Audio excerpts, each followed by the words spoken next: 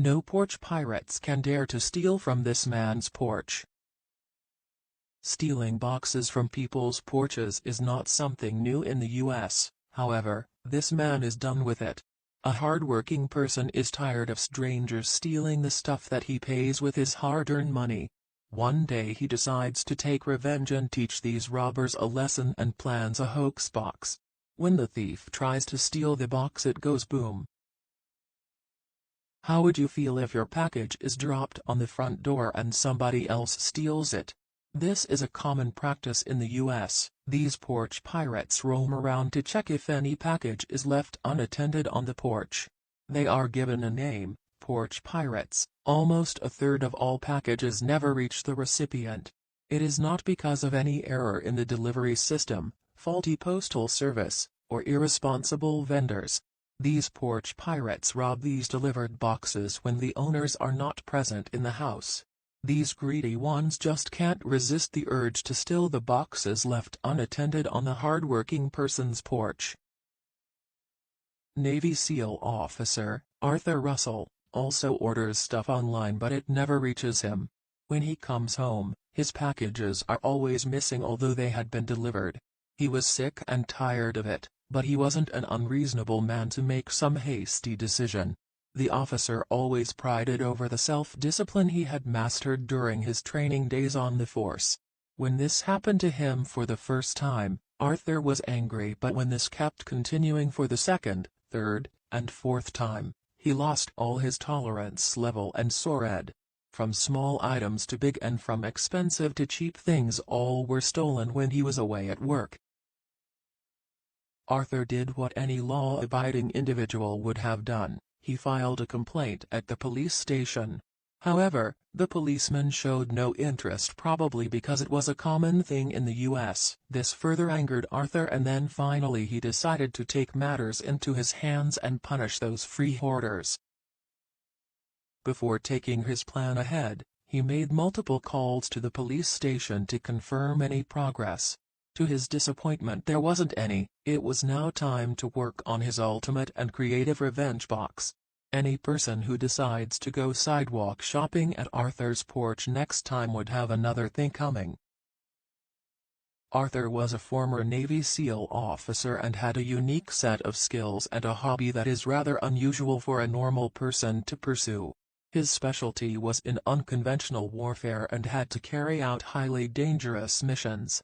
To be able to accomplish the mission, Arthur had gone under brutal training physically and mentally. The training made his mind and heart work on calculations and determination. During free time, he engaged himself in making booby traps. Good luck, porch pirates. First, he worked on his decoy box. It took a few weeks to design and build the box. The result was unsatisfactory, and therefore he started to modify the trap and make it function like Chinese finger traps. However, something was off. The trap wasn't big enough to scare the hell out of those low-lives thieves. Arthur wanted something huge that would make them drop the box and run away, never to come back again. So he started thinking for hours about how to terrify the porch pirates without hurting them and without involving the police. His first idea of a decoy box wasn't strong enough to create such terror, and thus he abandoned it. For his second idea, Arthur wrote down items that most people are afraid of, and then his brain lit up. The next day, he ran down to the hardware store and bought all the things needed for his plan. The strange and suspicious look given to him had not gone unnoticed, but he didn't care to explain. It is a free country. He signed some forms and left. The officer spent all day building the device that somewhat looked like an official goods package. After he was done, he stood back and admired his masterpiece, and now it was time to test it. He took the box to the backyard for testing. Arthur kept on testing to check the reliability of the device. However, for retests he covered his ears because the first one left them ringing. Only one thing was missing for the trap to be completed: a security camera.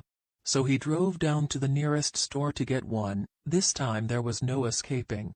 It was a doorbell camera, so that Arthur could enjoy the look on the thief's face when he tries to steal the box.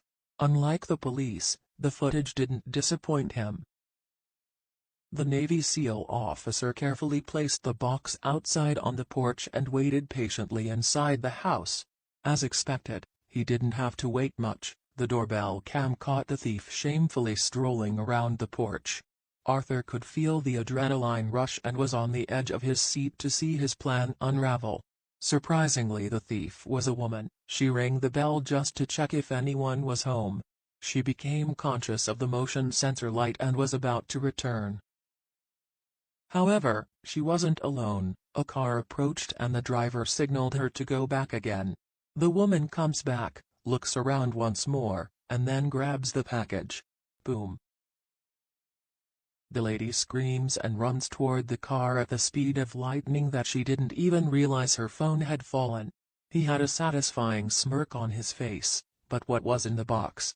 The box contained a plate that holds back a firing pin and was connected to a string, secured to the door knob.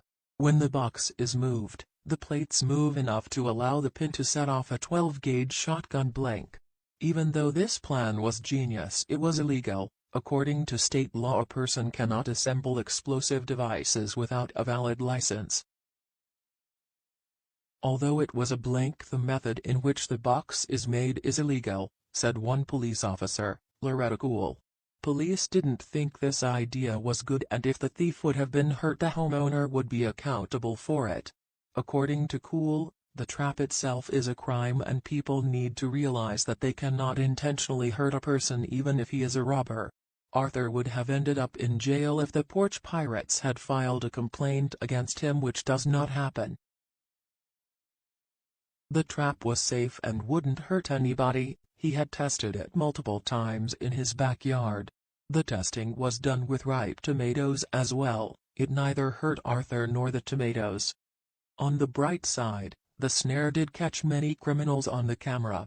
He advised those who were to copy his idea to cover the backs and put up no trespassing, as well as beware of the box signs to protect the homeowner from lawsuits.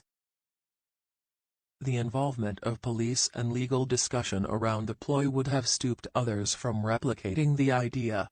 But Arthur didn't stop. He kept continuing with his trap and caught 20 thieves on the camera. All that the police had to do was to find and catch the individuals. According to him, the box was safe and gave him a satisfied feeling of seeing the Porch Pirates being terrified and running away.